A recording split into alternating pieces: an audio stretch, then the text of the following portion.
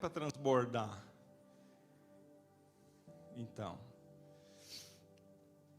João 14, 13 e 14.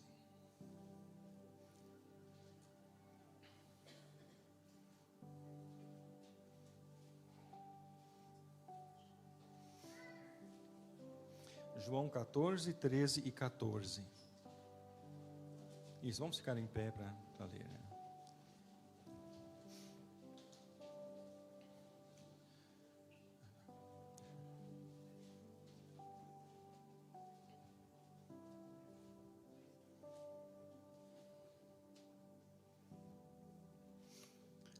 E tudo quanto pedirdes em meu nome, eu o farei, para que o Pai seja glorificado no Filho. Se me pedirdes alguma coisa em meu nome, eu o farei. Vamos ler juntos. E tudo quanto pedirdes em meu nome, eu o farei, para que o Pai seja glorificado no Filho.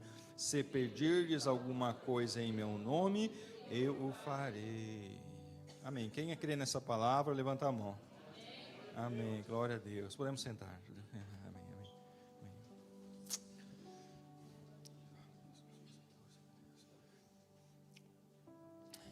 Quando eu tinha lá meus 6 ou 7 anos de idade, né, eu comecei a aprender a orar. E meu pai é pastor evangélico, só que, né, e aí comecei a aprender a orar. Ia na igreja, ia na escolinha dominical para crianças. Comecei a aprender a orar. Aí eu percebi que eu orava e as coisas não aconteciam, né? Não vinha resposta para algumas orações. Aí eu falei para minha mãe: mãe, como é que é isso, né? Eu peço as coisas e Deus não dá. Aí a minha mãe, né, lembrando desse versículo aqui, ela falou: o segredo da resposta da oração. Eu tenho que aqui usar um tom irônico, desculpa, porque isso que a minha mãe falou não foi muito certo. A minha mãe falou assim: o segredo da oração respondida é você orar, pedir o que você quiser, e no final da oração você tem que terminar e dizer: em nome de Jesus, amém. Porque daí Jesus é obrigado a te dar o que você pediu, porque ele falou: tudo quanto pedires em meu nome eu farei.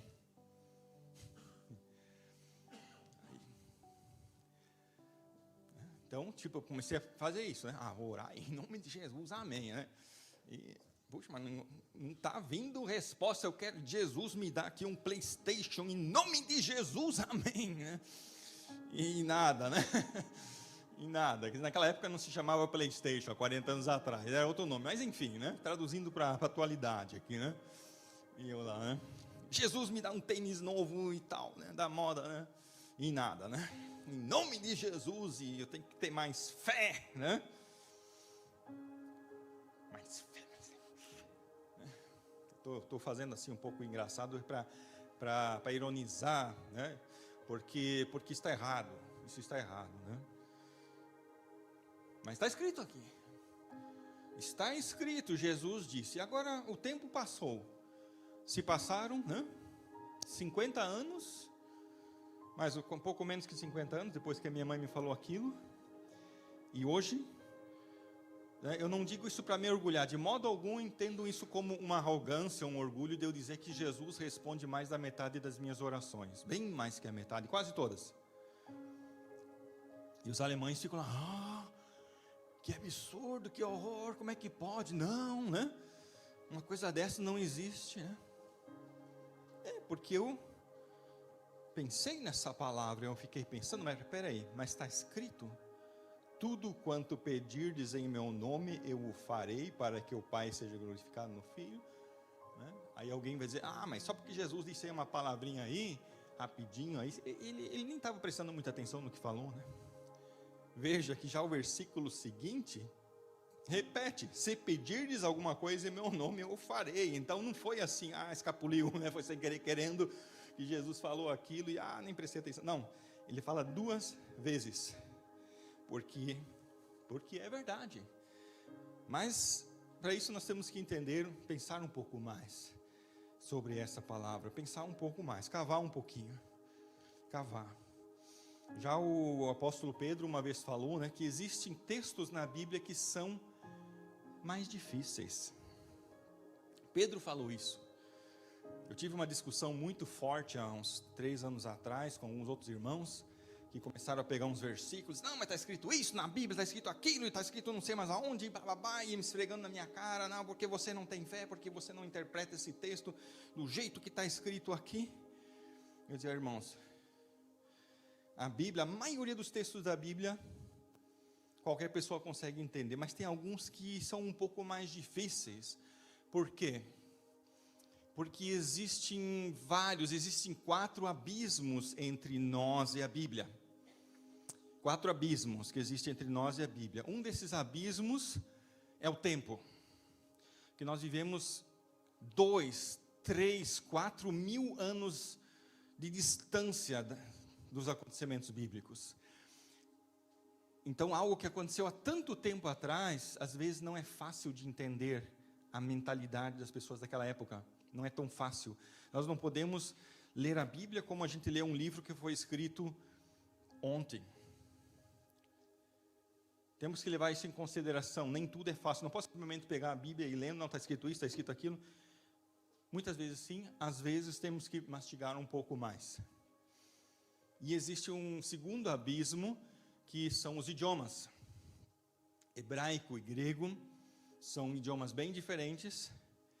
E eu que trabalho muito com tradução de textos de um idioma para outro, eu percebo muito isso, que às vezes você traduz um texto para um outro idioma, mas a mensagem fica diferente, ela muda. Você simplesmente pega aquelas palavras e muda, mas a pessoa que conhece aquele idioma, ele capta uma mensagem diferente, porque naquele idioma, aquela frase, ela tem uma conotação diferente. Você traduz literalmente e aquilo não funciona. Então, traduzir é uma coisa muito complicada. Ser um tradutor da Bíblia é muito complicado. Muito, muito, muito complicado. Estava até naquele culto de anteontem à noite, falei sobre a questão da palavra apóstolo, palavra evangelho. Tem um montão de palavras no Novo Testamento que são complicadas. Eu digo complicadas no sentido assim, o tradutor ele fica em dúvida, qual é a palavra que eu vou usar agora e tal, fica, né? Então é mais um abismo, o idioma. Aí nós temos outro abismo, que é a cultura judaica, a cultura romana daquela época, que era muito diferente da de hoje. Então todos esses abismos dificultam a leitura bíblica, não tornam impossível, mas dificultam. Então não vamos começar a ler a Bíblia e dizer, não, está escrito isso, está escrito aquilo e tal. Não. Tem algumas coisas que a gente tem que ler várias vezes, pesquisar, ler em Bíblias de traduções diferentes e coisas assim, para entender. E uma coisa que a gente pode ser pego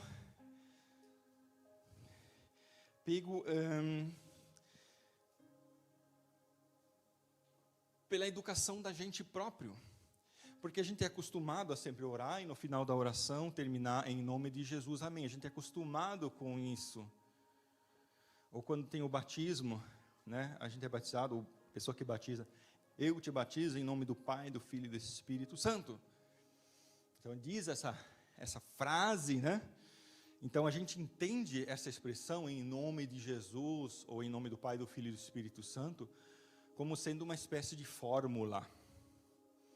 E a gente pode, por favor, não parem de dizer em nome de Jesus, amém, no final das orações, não parem de fazer isso, porque hoje eu vou pensar um pouco sobre essa frase. Não parem de fazer isso, e quando batizar também não parem de falar em nome do Pai, do Filho e do Espírito Santo. Mas não seria necessário, na verdade, dizer eu te batizo em nome do Pai, do Filho e do Espírito Santo.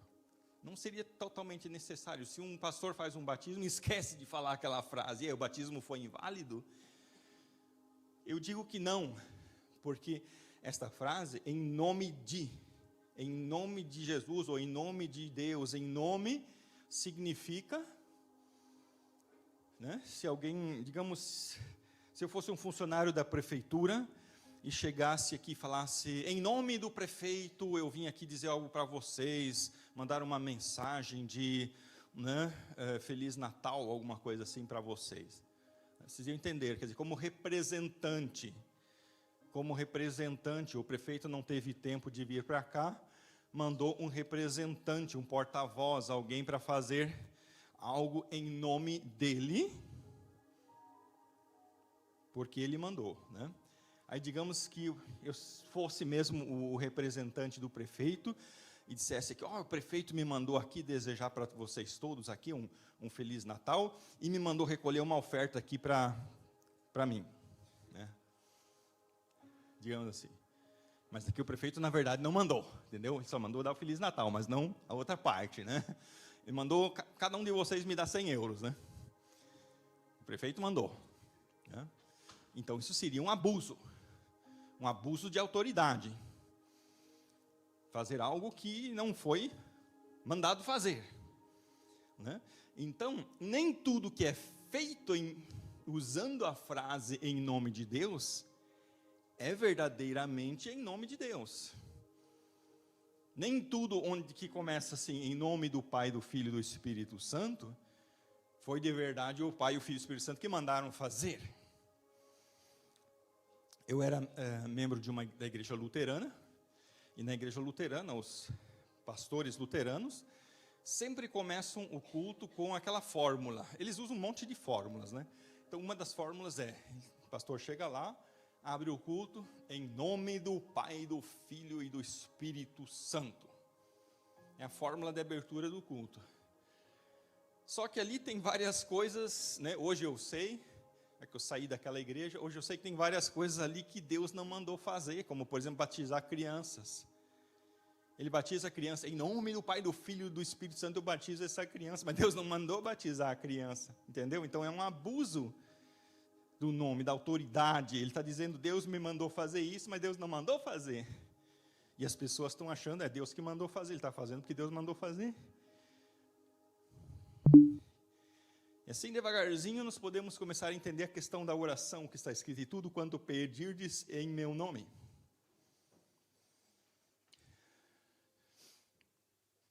Pedir em nome de Jesus é esquisito, né? Tudo quanto... Tem um outro versículo que diz, tudo quanto me pedirdes em meu nome, ou é uma outra tradução que fala isso. Aqui nessa está escrito, tudo quanto pedirdes em meu nome, mas tem uma outra que diz, tudo quanto me pedirdes em meu nome. Soa bem esquisito, mas o significado é, e quando a gente pede algo para Deus, nós temos que pedir aquele algo embaixo de um mandamento de Jesus. Jesus tem que mandar a gente pedir. Então, se tu quer que Deus responda a tua oração, primeiro eu vou lá para Jesus e digo, Jesus, o que eu é para orar? O que tu queres que eu ore? E é só quando Jesus me mostra o que Ele quer que eu ore, aí eu posso ir para Deus e dizer, Deus, Jesus mandou orar isso aqui. Entendeu? Aí eu vou para Deus em nome de Jesus, mas não apenas usando aquela fórmula, tentando pressionar a Deus, colocando lá, Deus, não, Deus, agora tu tem que me dar, porque eu usei essa fórmula mágica, desculpa falar mágica, né, porque seria uma piada dizer que é uma fórmula mágica, mas tem pessoas que pensam assim, né, que são fórmulas mágicas, se tu falar tal frase, Deus é obrigado a te dar alguma coisa e tal, né? Não é mágica, não existe magia. Não existe magia, e às vezes eu falo assim um pouquinho brincando com as pessoas, não me entendam mal, se eu disser, temos que parar de crer no poder da oração. Ok, é um pouquinho de suspense, rufem os tambores, né? Temos que crer no poder de Deus. A oração não tem poder. Quem tem poder é Deus. A oração é o acesso a Deus. Então tem gente que diz, tu tem que ter fé na oração. Não, calma lá. Tem que ter fé em Deus. Tem pessoas, se tu orar bem bastante, orar e pedir 1000 vezes, né?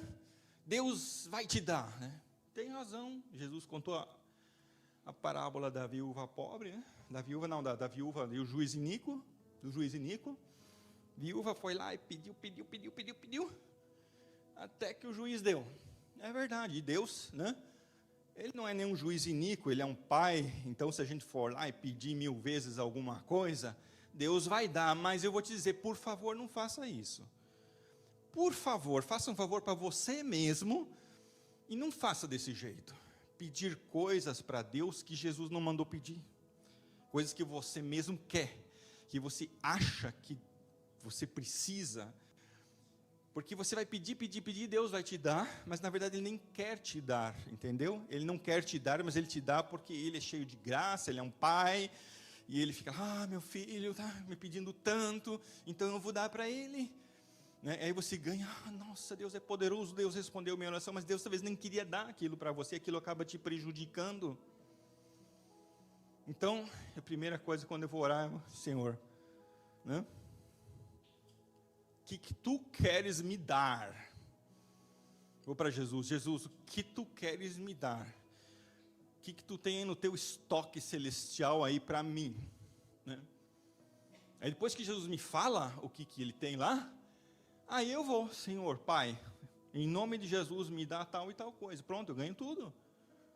Eu ganho tudo. Né? Só que, claro, eu não tenho autorização para pedir o que eu quero, né? Eu chegar lá, Deus me deu uma Ferrari, alguma coisa assim, né? Não vai funcionar, porque até hoje Jesus nunca mostrou, né, naquele estoque celestial dele uma Ferrari, né? Não está lá, né? Lá só tem coisas que vão me beneficiar, que vão ser uma bênção na minha vida. E lá tem, né, moradia, roupa, comida, lá tem, o suficiente.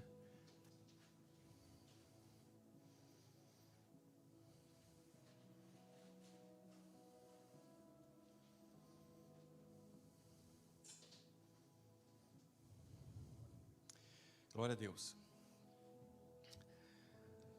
Vamos imaginar uma criança pobre, bem pobre, que vai todos os dias na frente de um palácio pedir uma esmola. E o rei vai lá e dar uma fatia de pão para aquele menino. Todos os dias ele vai lá e dá uma fatia de pão, aquele menino, obrigado, e vai embora, todo sujo, todo pobre, vai embora comendo aquela fatia de pão, né? Aí no outro dia ele volta, toca a campainha, o rei vai lá e dá uma fatia de pão. Aí o rei, um dia desses, fala para ele, tu quer conhecer minha casa por dentro? Vamos lá. Aí vai lá e mostra, olha, aqui temos uma sala muito bonita, com abajur, com as luzes, com tudo. Aqui temos a cozinha com 10 geladeiras e tudo cheio de carnes e tudo mais. E aqui temos isso, e aqui temos aquilo. Mostrando tudo. Temos um monte de funcionários, um monte de roupas, os armários, tudo cheio. A criança fica com aqueles olhos, né? Vendo aquilo tudo. Aí o rei fala lá para o menino, olha, criança, é o seguinte, eu não tenho filhos, estou procurando uma criança para adotar, para ser meu filho, para herdar tudo isso aqui. Só que vai ter aí umas condições. A condição é, você vai ter que ir para a escola e você vai ter que tomar banho. Todo dia tomar banho e ir para a escola. O que você quer? Ganhar tudo isso aqui e administrar meu reino depois, quando eu morrer. Administrar meu reino quando eu morrer. O que você prefere? Viver pedindo esmola? Sujo? Roupa rasgada, roupa velha, andando pela rua, ganhando um pedacinho de pão aqui, outro ali? Ou ser meu filho, né, e ganhar tudo isso aqui, ter bastante comida, ter roupas e tudo, mas a condição é ir para a escola, tomar banho e administrar meu reino quando eu morrer. Qual alternativa você escolhe? Aí o menino fala, prefiro muito mais viver de esmola. É muito mais fácil. Ganho ali meu pãozinho e vou para casa, vou embora, sei lá. Ir para a escola, tomar banho e administrar o reino, isso é muito trabalho, não quero não.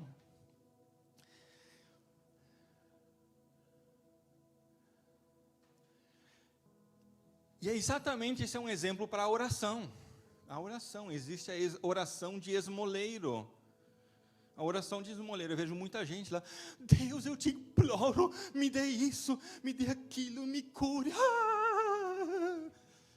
Tenha misericórdia de mim, eu sou um coitado, e tal, me ajude. Deus, Ele é misericordioso, Ele ajuda, Ele dá a fatia de pão para o esmoleiro. Mas o que Deus quer é muito mais. Deus, Ele quer que a gente faça essas 3 coisas. Ele diz, você pode ser dono de tudo. Você nunca mais vai precisar pedir uma esmola. Se você for um filho, só que tem 3 condições. É tomar banho. O que é tomar banho? Largar o pecado, se santificar. A segunda coisa, ir para a escola, estudar a Bíblia, fazer discipulado, aprender muitas coisas. A terceira, administrar o reino do Pai, trabalhar na obra de Deus. E você nunca mais vai ter que pedir esmola. Nunca mais vai ter que pedir esmola. Você vai ter tudo. Mas você tem que decidir o que você quer. Você quer continuar lá, vivendo a tua vida, e na hora que a coisa aperta, corre lá, Deus, me dá uma esmola. É uma opção. Muitos fazem essa opção. Mas a opção que eu fiz foi de ser dono, ser herdeiro. Aleluia, glória a Deus. Glória a Deus. É uma opção tremenda. Chegar para Deus, né? Portanto, olha, se as pessoas tivessem mais noção do poder que existe na oração, não a oração, mas na oração, do poder que existe na oração, eles não ficariam fazendo essa oração de esmoleiro, não ficariam. Eu choro de ver as pessoas orando. Eu choro de raiva. Eu não vejo muitas pessoas orando. Eu penso, nossa, elas podiam estar ali aproveitando o tempo e estão lá desperdiçando. E quando a gente entendeu o que é a oração, você vai na presença de Deus para lutar pelas coisas espirituais, para clamar pela salvação das almas, para entrar como a gente cantou, acho que foi ontem que a gente cantou, entrar no Santo dos Santos, sabe? Eu pergunto para as pessoas lá, você já entrou no Santo dos Santos, né? E as pessoas nem sabem o que é entrar no Santo dos Santos. Não sabem. O que é entrar no Santo dos Santos? Entrar no Santo dos Santos é quando você vai lá, fica lá 1 hora orando, um tempão orando, sem pedir nada, apenas para estar com Deus, na presença dEle. Existe um livro muito famoso que se chama 5 Linguagens do Amor. E uma dessas 5 linguagens do amor é tempo de qualidade. O que é tempo de qualidade?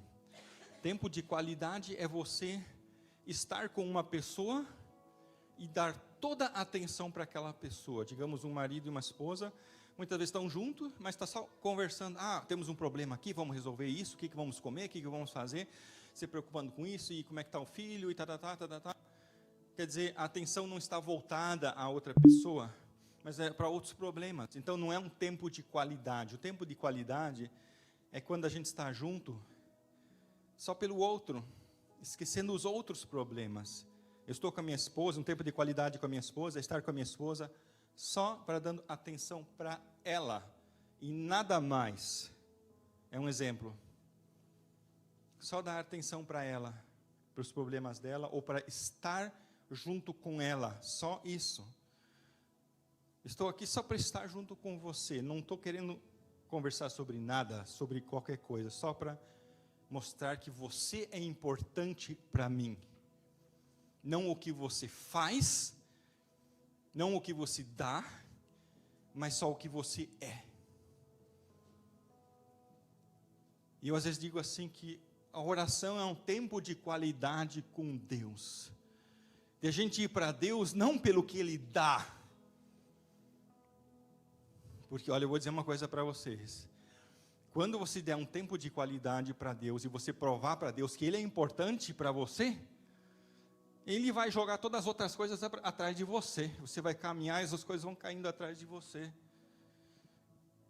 Agora, quando você não der tempo de qualidade para Deus, quando a tua oração for só chegar, Deus, eu estou aqui porque eu preciso disso, preciso daquilo, e rápido, né, e amém, tchau. E Deus, e eu, né? E cadê a comunhão? Cadê o amor? Cadê o tempo junto, simplesmente ali para você admirar a glória de Deus, para degustar a luz de Deus, para se, né, alegrar na santidade de Deus, no trono de Deus,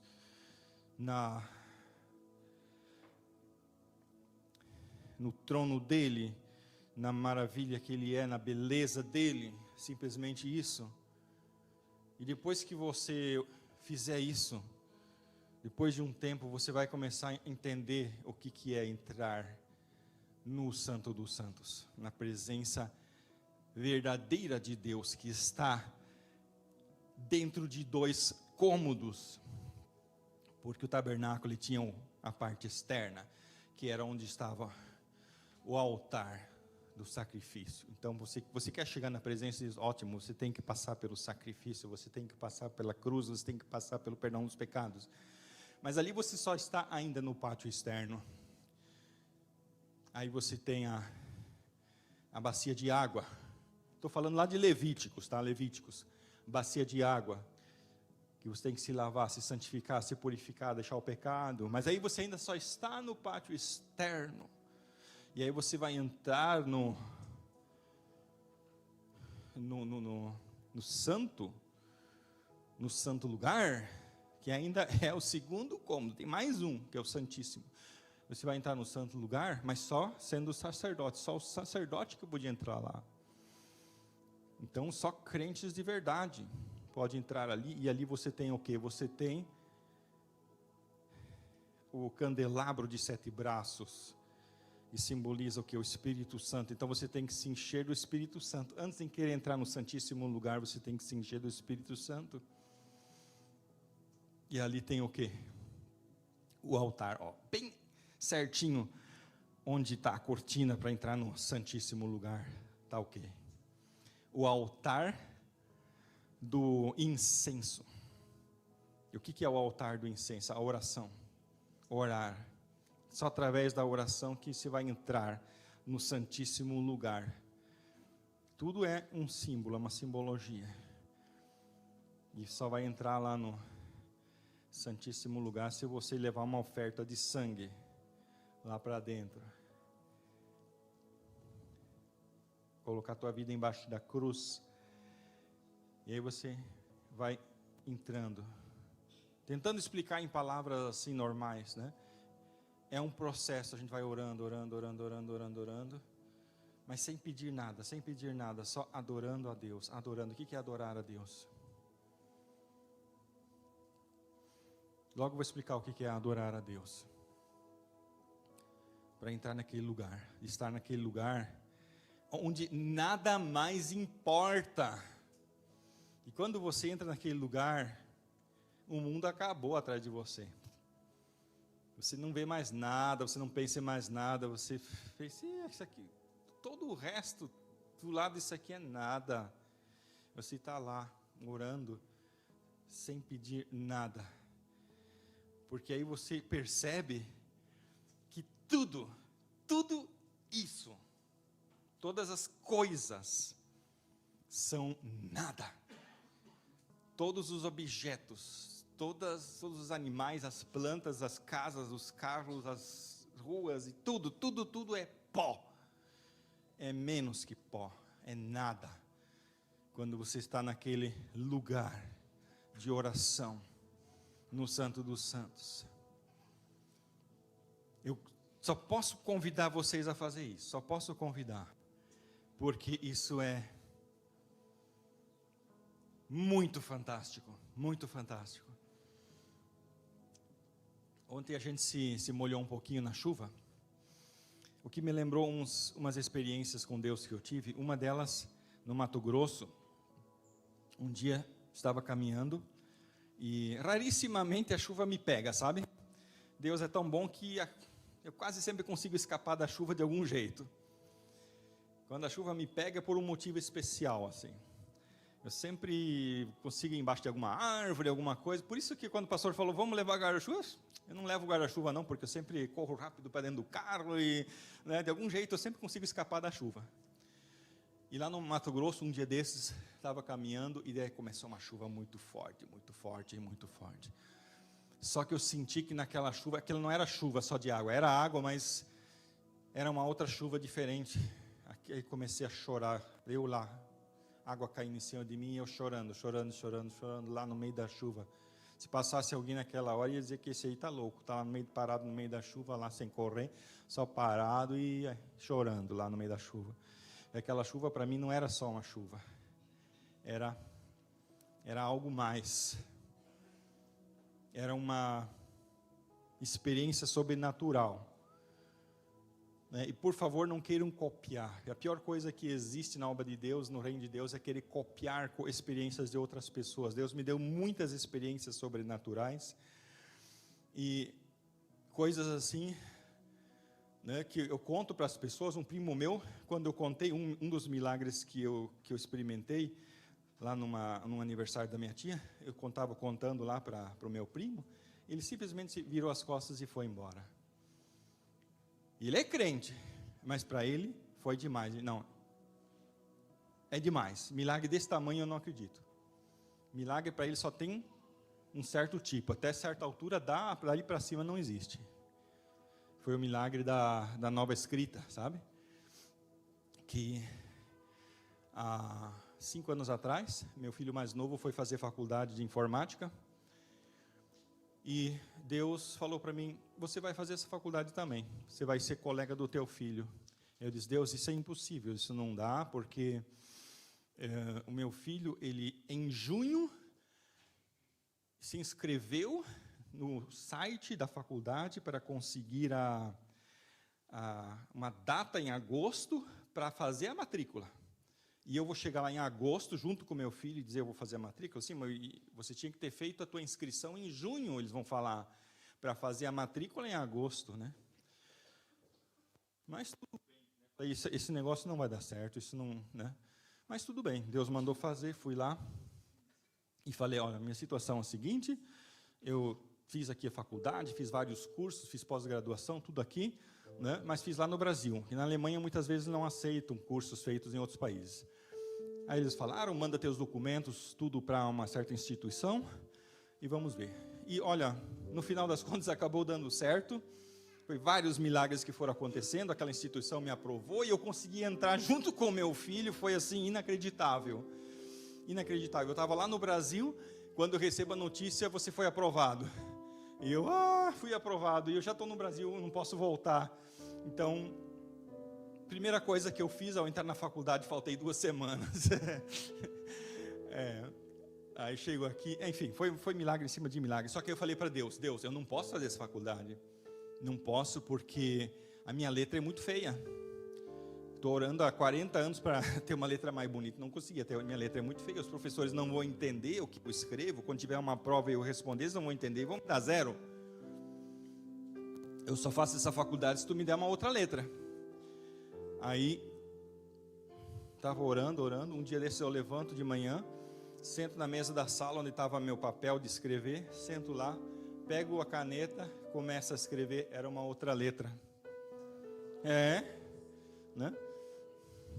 Eu nunca ouvi falar sobre esse tipo de milagre, né? Nunca ouvi falar, mas por quê? Porque milagre é diferente. Milagre tem que ser diferente, né? Tem até um milagrezinho bem interessante, um milagrezinho, olha só, eu falando uma besteira dessa. Um milagre interessante que uma vez Jesus fez, que, né, os discípulos trouxeram um cego para ele, e aí Jesus vai lá, gospe no chão e passa o lodo no olho do cego, né? Por que Jesus fez isso? Por que Jesus fez isso? Ele não tinha poder de simplesmente dizer, quero que tu vejas e pronto, né? Não, porque ele põe lá a lama no olho. Vocês lendo o texto vão ver que diz assim: os discípulos trouxeram um cego para Jesus para que pusesse as mãos sobre ele. Ou seja, os discípulos já, tipo assim, nós já descobrimos o jeito como Jesus faz o milagre, o método dele é a mão, o poder está na mão. Então ele põe a mão e cura. Então os discípulos, Jesus está aqui, o cego, põe a mão nele para curar. Aí Jesus diz: vocês acham que o poder está aqui na minha mão, que isso aqui é uma magia, que isso aqui é alguma coisa? Isso aqui não é nada disso, vocês estão totalmente enganados. Não existe método de cura. Foi lá, pegou, cuspiu no chão, botou lá no olho dele, vai mostrar. Nós não determinamos o modo como Deus faz milagres. Não existe um sistema, uma máquina de fazer milagres, que é tudo igual. Deus é sempre diferente. Ele faz coisas diferentes, Ele faz coisas espetaculares. Eu não sei quantos de vocês já tiveram na cidade de Juiz de Fora, Minas Gerais. Alguém já esteve lá alguma vez? Né? Ali, entre essa cidade de Juiz de Fora, Minas Gerais e Viçosa, no Espírito Santo, a estrada é totalmente cheia de curvas, porque é tudo montanhoso, montanhas, muitas montanhas, e o asfalto vai fazendo isso aqui, rodeando as montanhas. E um dia eu indo de Viçosa para Juiz de Fora, e estou lá e olho para a esquerda e vejo o sol assim. E eu entendia, naquele momento, aquele calor do sol, não era apenas o calor do sol, eu entendia que Deus estava aquele calor estava entrando mais fundo do que no meu corpo, estava entrando no meu espírito, que aquilo era uma graça de Deus, aquele sol. E aí o ônibus, ele vai fazendo a curva, andando lá dentro. E o que acontece quando o sol está ali e o ônibus faz a curva? O sol faz isso aqui, né? Só que ali durante meia hora, o ônibus ia fazendo as curvas e o sol ficava o tempo inteiro no mesmo lugar. Meia hora eu cuidei no relógio, meia hora o sol ficou no mesmo lugar o tempo inteiro. Eu podia contar para vocês muitas e muitas coisas que aconteceram na minha vida, assim, onde eu senti a graça de Deus, onde eu senti assim, Deus falando comigo sem palavras, assim, várias, olha, tantas, por exemplo, ainda no culto passado, lá na nossa igreja, a nossa igreja, ela tem um vitral assim, um vidro estreitinho, desse lado aqui, um vidro estreitinho assim, e do lado de lá tem umas janelas bem grandonas. Aí eu estou ali, sentado onde eu sempre sento, para tocar o violão, e o sol pega naquela janela e bate certinho em cima de mim. Aí eu olho para o lado e vejo que o sol batia do outro lado também, entrava, mas não batia em nenhuma outra pessoa, estava batendo só em cima de mim, naquele momento. Isso para mim foi foi algo especial, vamos dizer assim, algo especial. Eu percebi, puxa, só em cima de mim, e não pega em nenhuma outra pessoa mais, né? É algo assim, né, que Deus fez na minha vida. E cada pessoa, Deus trabalha de um jeito diferente. Eu prometi para vocês que ia falar o que é adoração. É bem importante vocês entenderem o que é a adoração. E para isso eu quero reduzir a três palavras, como eu tenho feito várias vezes. Vamos reduzir para ampliar. Primeiro resumir para entender, para pegar a essência, e depois vamos expandir para entender os detalhes. Então as 3 palavras são o quê? Gratidão, louvor e adoração. São 3 palavras muito diferentes. E se vocês acham que é a mesma coisa, então hoje eu espero convencer vocês que não.